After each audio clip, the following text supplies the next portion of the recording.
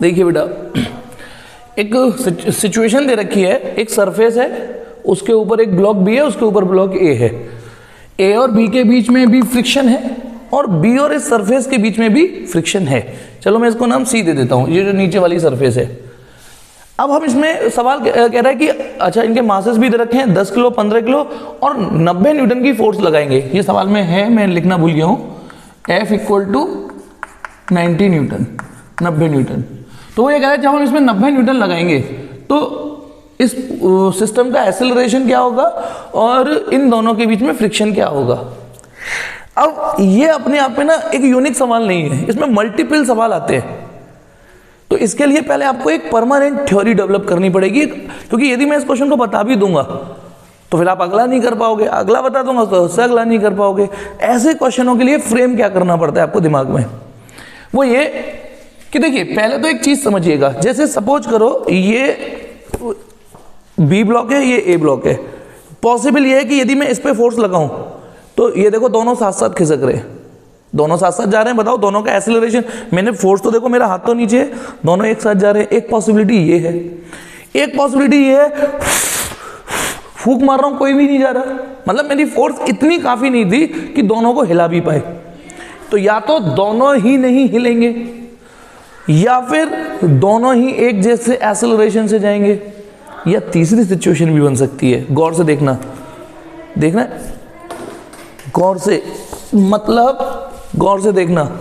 यदि मैं इसको बहुत ज्यादा फोर्स से खींचूं, ये देखो पीछे खिसक गया, देखो मैं यहां रख रहा हूं, ये देखो पीछे खिसक गया ना, ये देखो मैंने इसको स्टार्टिंग में रखा, ठीक है, और इसको देखो गौर से, डिस्टेंस क्रिएट हो गया ना, और डिस्टेंस क्रिएट हो गया ना।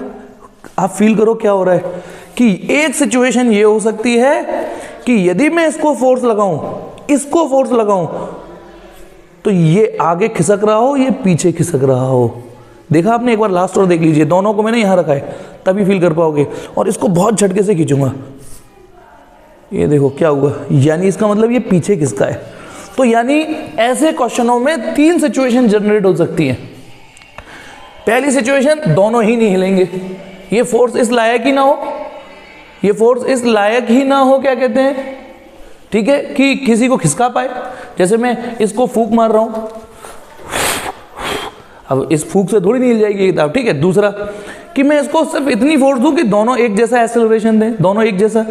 लेकिन तीसरा, यदि मैं जरूरत से ज्यादा फोर्स दूं तो हो सकता है कि इन दोनों के एक्सेलरेशन अलग अलग हो जाए। आपने देखा ये अलग एक्सेलरेशन से अलग एक्सेलरेशन से जाए, ठीक है। तो ऐसे सवालों में हमें, अच्छा यदि दोनों का एक्सेलरेशन एक सा है तो एक ही निकालोगे, लेकिन दोनों का अलग अलग है तो फिर तो एक्सेलरेशन दोनों का अलग अलग होगा। तो ये सवाल कैसा भी हो, आपको इसमें हर बार एक चीज निकालनी पड़ेगी। पहले आप इस F की जगह 90 नहीं रखोगे, पहले आप ये निकालोगे कि मैं इसको कितनी मैक्सिमम से मैक्सिमम फोर्स दूं कि दोनों एक जैसे ही एक्सेलरेशन से चलें। क्योंकि देखिए यदि ये दोनों ऐसे चल रहे हैं तो इन दोनों के बीच में स्टैटिक फ्रिक्शन है, समझ गए। यदि ये दोनों ऐसे चल रहे हैं तो देखो ऐसे स्टैटिक फ्रिक्शन है इन दोनों के बीच में, क्योंकि रिलेटिव स्लिपिंग नहीं हो रही, हो ही नहीं रही। और यदि ये ऐसे खिसके, जैसे ये वाला जो मैंने झटके से खींचा, देखो खिसक गया ना, तब इन दोनों के बीच में काइनेटिक फ्रिक्शन होगा। हमें पता कैसे चले कि इनके बीच में स्टैटिक है या काइनेटिक है ना। तो पहले सवाल में हम ये एज्यूम करते हैं कि मैं इसको कितनी मैक्सिमम से मैक्सिमम फोर्स दूं, कितनी मैक्सिमम फोर्स दूं कि ये दोनों एक ही जैसे एक्सेलरेशन से चलने लगे, एक ही जैसे एक्सेलरेशन से चलने लगे। तो इसमें हमें क्या करना पड़ेगा, तो देखो इन दोनों के बीच में जो मैक्सिमम अवेलेबल फ्रिक्शन है, लिमिटिंग फ्रिक्शन बोलते हैं जिसे, जो इन दोनों को साथ मूव करा सकता है, सपोज, ठीक है ना। तो बताइए इन दोनों के बीच की जो लिमिटिंग, इन दोनों के बीच में जो लिमिटिंग फ्रिक्शन होगी उसको मैं FL लिख देता हूं, FL माने A और B के बीच की लिमिटिंग फ्रिक्शन। बताइए वो होता है μS, वो μN होता है कि नहीं होता। तो आप A और इसके बीच में लगाओगे तो म्यू, बताइए N ऊपर होगा, उसके अपोजिट में यहां पे mg होगा, तो म्यू mg, ठीक। तो म्यू है इन दोनों के बीच का म्यू 0.4, इसका मास कितना है 10, और g है, g 10 ले लेता हूं, तो ये आ रहा है 40 न्यूटन। तो इसका मतलब ये हुआ, समझना, इस बी को तो आपकी फोर्स मूव कराएगी, लेकिन ए को कौन मूव कराएगा? ए को ये फ्रिक्शन फोर्स मूव कराती है। आप सोचना कि चलो मैंने फोर्स ए पे लगाई, आप इस फिगर को ये फील करिए कि मैं इस पे फोर्स लगा रहा हूं, तो ये जो एनसीईआरटी बुक है ये तो चलो मूव करेगी, लेकिन इसे कौन मूव करा रहा है? इसे कौन आगे ले जा रहा है? अब ये भी तो फील करिए, इसे कौन आगे लगा रहा है? मैंने तो इस पे फोर्स नहीं लगाई, इसे आगे ले जा रहा है इन दोनों के बीच का फ्रिक्शन, जो कि ए का, जब आप फ्री बॉडी डायग्राम बनाओगे ए का, तो उस ए पर फ्रिक्शन इधर होगा, ये वाला फ्रिक्शन, ये फ्रिक्शन। अब आप कहोगे इधर क्यों? तो देखिए ये बी है, ये बी है, इस पे फोर्स लगाओगे तो गौर से देखो बी ए के रिलेटिव इधर खिसकेगी, ये जो ए है इसके ऊपर बी इधर खिसक रहा है। अच्छा, कभी कभी फ्रिक्शन की डायरेक्शन निकालने के लिए आप पहले ये एज्यूम कर लिया करो कि इन दोनों के बीच में यदि फ्रिक्शन नहीं होता, यदि फ्रिक्शन नहीं होता इन दोनों के बीच में, तो रिलेटिव मोशन किधर होता? तो बताइए, यदि इन दोनों के बीच में फ्रिक्शन नहीं होता तो बी पे इधर फोर्स लगाता तो बी इधर खिसकता, इधर खिसकता कि नहीं? और फ्रिक्शन उस रिलेटिव मोशन के अपोजिट होता है, तो इसका मतलब बी पर फ्रिक्शन इधर लगेगा। समझ में आया कि नहीं? क्योंकि बी ए के रिलेटिव इधर खिसक रहा है, तो बी का मोशन इधर है, तो बी पर फ्रिक्शन इधर लगेगा कि नहीं लगेगा? और ये फ्रिक्शन किसने लगाया? ए ने। अब ध्यान रखना, ये फ्रिक्शन है जो बी पर लगा, जो ए ने लगाया, तो न्यूटन थर्ड लॉ यहां भी होता है। तो जब this is the friction force exerted on B due to A, मैंने बी ए लिख दिया, ये फ्रिक्शन फोर्स बी पर ड्यू टू ए, तो बेटा ए पर फ्रिक्शन फोर्स इधर ही तो लगेगा, इसका opposite friction force on A due to B, जिसकी वैल्यू बराबर होगी, लेकिन ये एक्शन रिएक्शन फोर्स है। फ्री बॉडी डायग्राम के नजरिए से ये बी पे लगा है, ये ए पे लगा है। तो अब ए पर गौर से देखिए, ए पर एम जी और एन तो इधर है, तो एन और एम जी इधर ऊपर नीचे ले जाने का काम करेंगे, जो कि बैलेंस है तो नहीं ले जा पाएंगे, लेकिन ये फोर्स है जो ए को आगे खिसका रहा है। अब फील करिए इस फिगर को, यानी बुक को तो मैं ले जा रहा हूं, बुक को तो मेरी वाली फोर्स आगे ले जा रही है, लेकिन ये जो ऊपर कवर रखा है इसको कौन ले जा रहा है आगे? उसको ये वाली फोर्स आगे ले जा रही है। ठीक है, तो यानी इस फ्रिक्शन की वजह से अब ये मैक्सिमम अवेलेबल फ्रिक्शन कितना है? मैक्सिमम अवेलेबल फ्रिक्शन वो इतना है 40 न्यूटन, यानी अवेलेबल है, लगेगा नहीं, ये मैं नहीं बोल रहा हूं, मैक्सिमम अवेलेबल फ्रिक्शन है। तो यानी सुनना, यदि इन दोनों के बीच की friction, maximum available friction 40 Newton है, यानी यदि इन दोनों के बीच की फोर्स 10 न्यूटन हुई तो ये 10 न्यूटन हो जाएगा। ध्यान रखना, ये मैक्सिमम लिमिटिंग फ्रिक्शन है, हर बार 40 लगेगा ये जरूरी नहीं है। इन दोनों के बीच की फोर्स 10 भी हुई तो 10 भी हो सकता है, 20 भी हो सकता है, लेकिन लास्ट 40 हो सकता है ये। ठीक है, तो ये मैक्सिमम अवेलेबल फ्रिक्शन हमें पता चल गया। तो पहले हम सवाल में ये अज्यूम करते हैं कि यदि मैक्सिमम अवेलेबल फ्रिक्शन मिल भी गया, यहां तक यदि लगा, तो ए और बी दोनों साथ साथ चलेंगे। याद रखना, ए और बी दोनों साथ साथ चलेंगे, स्टैटिक फ्रिक्शन हिलेगा नहीं, ए साथ साथ चलेगा, ए बी दोनों साथ साथ चलेंगे। लेकिन यदि ये कहीं 42 हो गया, तो मान लो ये 42 हो गया, यदि हम एफ को इतना हैवी जर्क दें, चलिए अभी मैं बताता हूं क्या कैसे। ठीक है, अब यहां पर एक काम और करना पड़ेगा, ध्यान रखना, ये 40 न्यूटन हो गया। पहले अब एक काम करते हैं कि यहां पर यदि ये एफ पे फोर्स लगाई हमने, एक मिनट, ठीक, तो इस पर इधर अब ए का फ्री बॉडी डायग्राम बनाते हैं ना, ए का फ्री बॉडी डायग्राम। तो ए पर ये वाली फोर्स लग रही है, ये कितनी है? 40 न्यूटन, यानी जो मैक्सिमम अवेलेबल फ्रिक्शन लग सकता है। इसका मास हमारे पास है, तो इसका मतलब ये बताइए, यहां पर ए हो गया 40 न्यूटन, और क्या कहते हैं, एफ बराबर एम ए लगाते हैं इसमें, न्यूटन का सेकंड लॉ। इस पर एफ कितना है? 40। ध्यान रखना, ये मैक्सिमम अवेलेबल फ्रिक्शन है, maximum value of friction. M कितना है इसका? 10, ए की जगह ए, तो इसका मतलब ए मैक्सिमम 4 मीटर पर सेकंड स्क्वायर, यानी ए को आप ज्यादा से ज्यादा 4 मीटर पर सेकंड स्क्वायर से मूव करा सकते हो विदाउट स्लिपिंग। ए को 4-5 कुछ भी करा सकते हो, लेकिन इसके साथ ये 4 मीटर पर सेकंड स्क्वायर के साथ ही मूव कर पाएगा।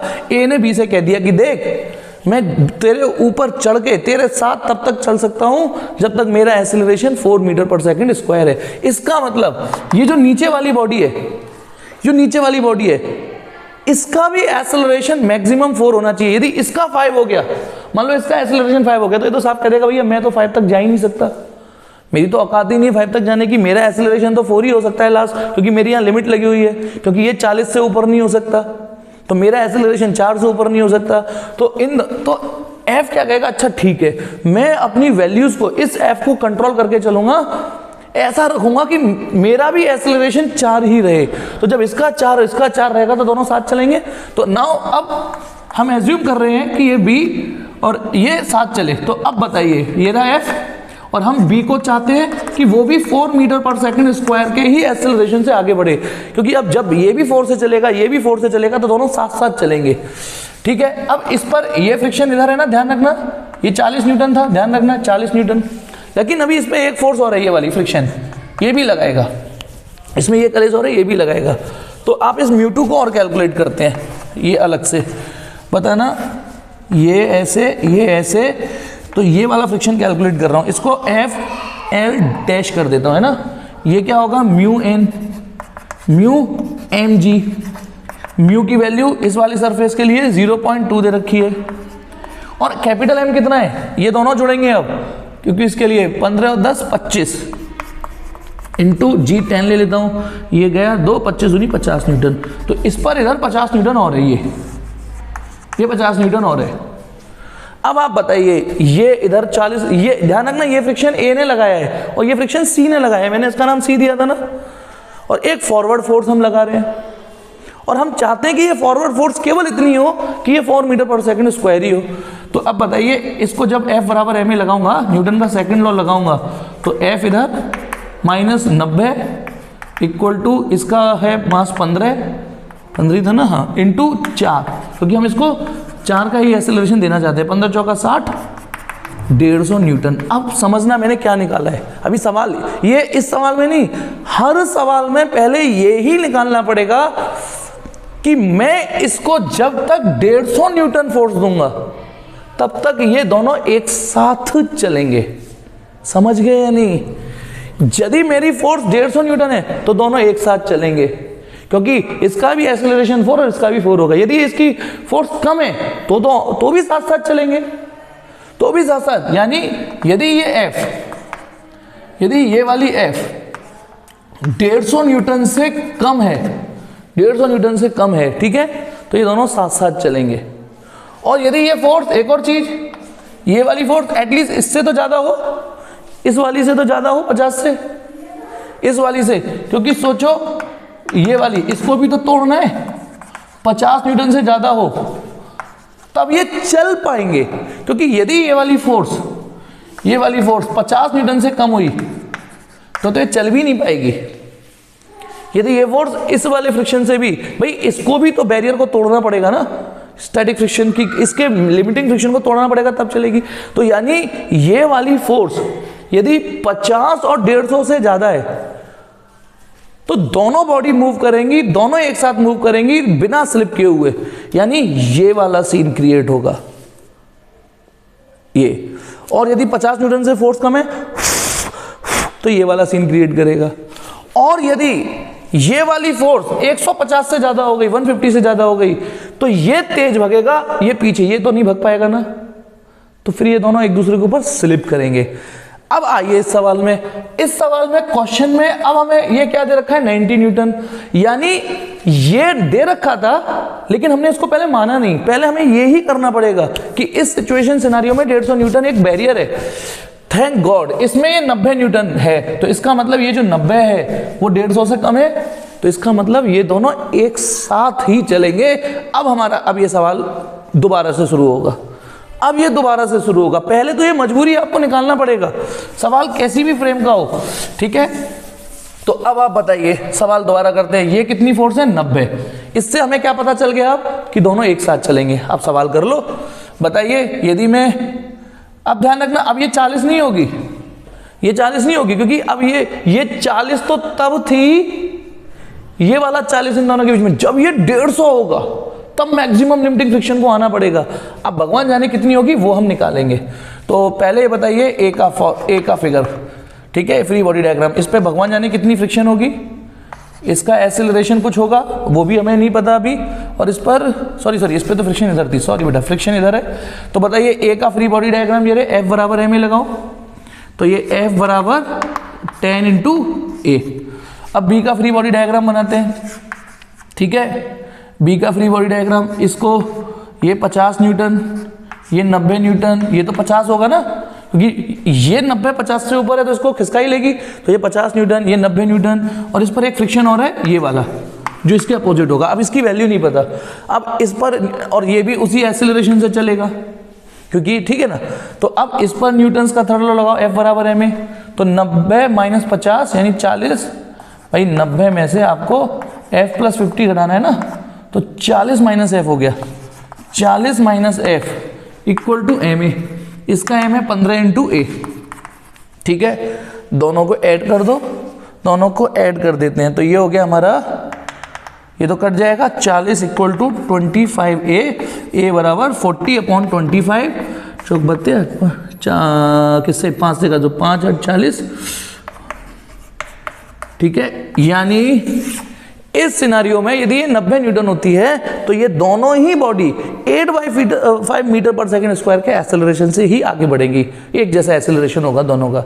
अब ये फ्रिक्शन निकालना है, ये वाला, ये निकाल लो चाहिए, तो इसमें रख देता हूं क्योंकि F बराबर 10 इंटू ए था ना, ए है हमारा 8/5, 5 दूनी 10, तो फ्रिक्शन फोर्स आएगा 16 न्यूटन, 16 न्यूटन। आप अब इस सवाल के बाद आप और भी सवाल करिए, तब ये फंडामेंटल आपका स्ट्रांग होगा, तभी होगा, एक सवाल से कुछ नहीं होगा, ठीक है।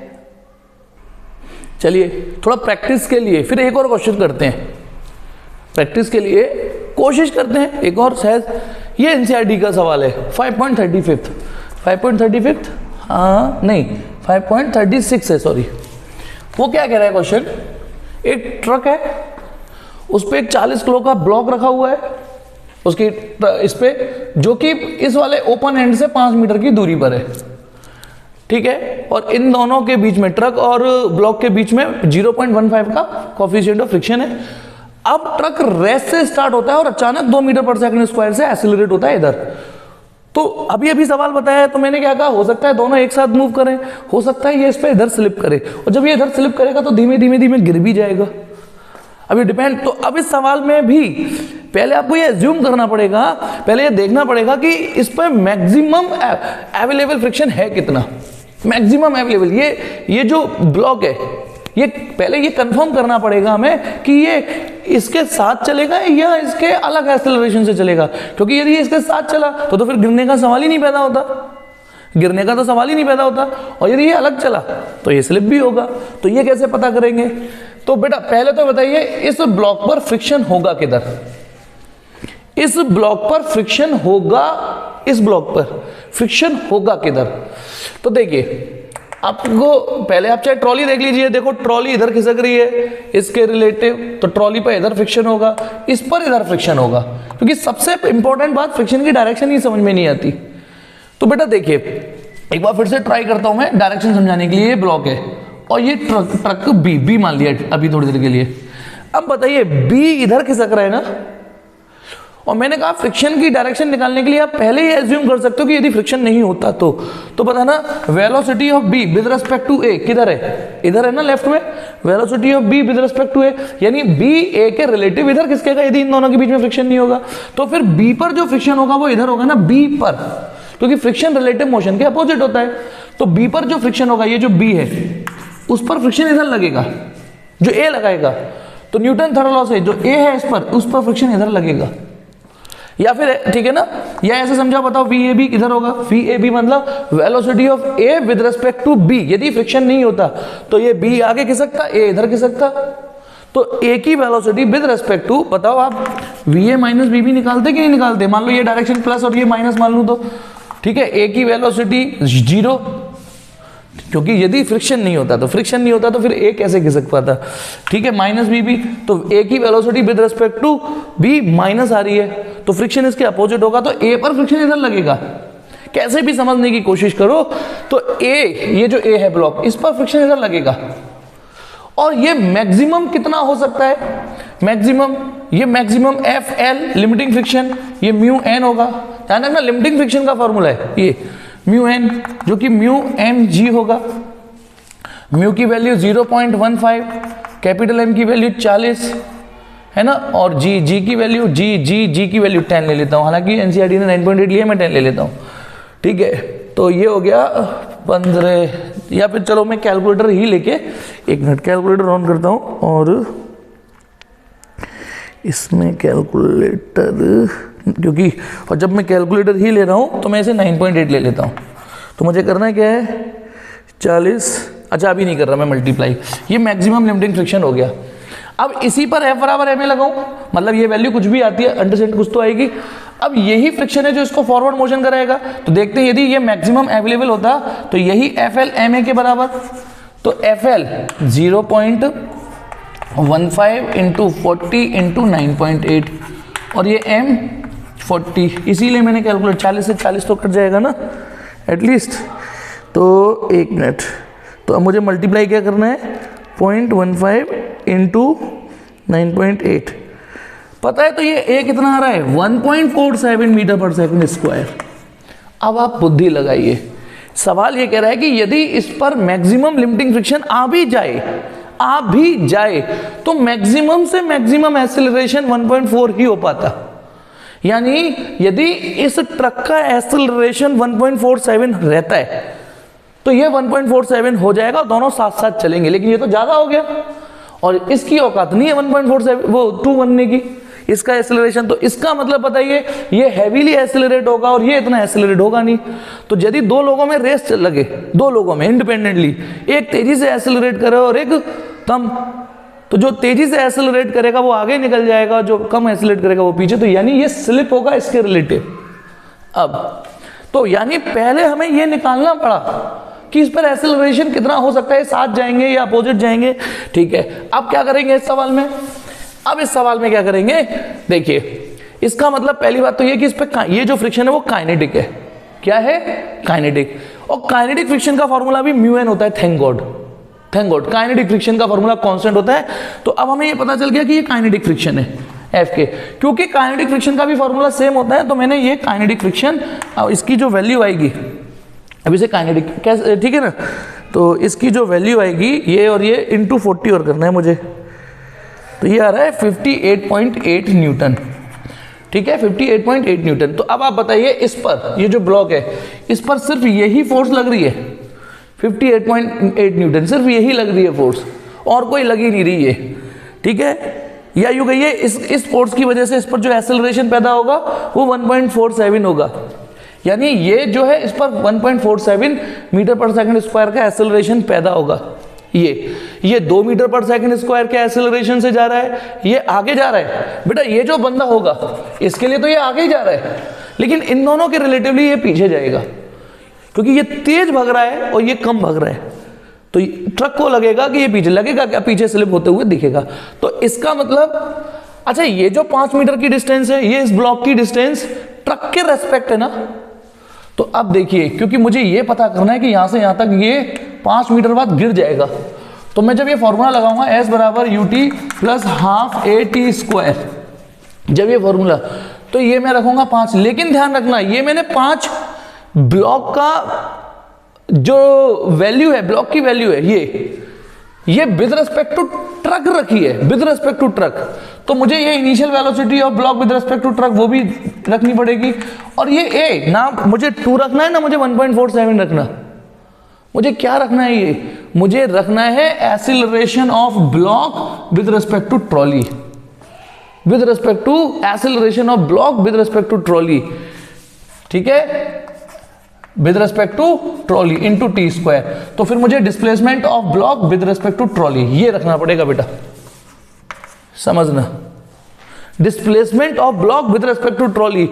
तो पता ना यदि डायरेक्शन प्लस और ये माइनस ले लूं तो ये -5 है, वही -5 है, इधर खिसकेगा ना, -5 इक्वल टू हाफ। और acceleration of B with respect to trolley, जैसे आप रिलेटिव वेलोसिटी निकालते हो ना, यदि वी बी टी होता तो V B minus V T निकालते हो, वैसे ही acceleration of B with respect to trolley तो acceleration of block minus acceleration of trolley, ये 1.47 है, ये 2 है।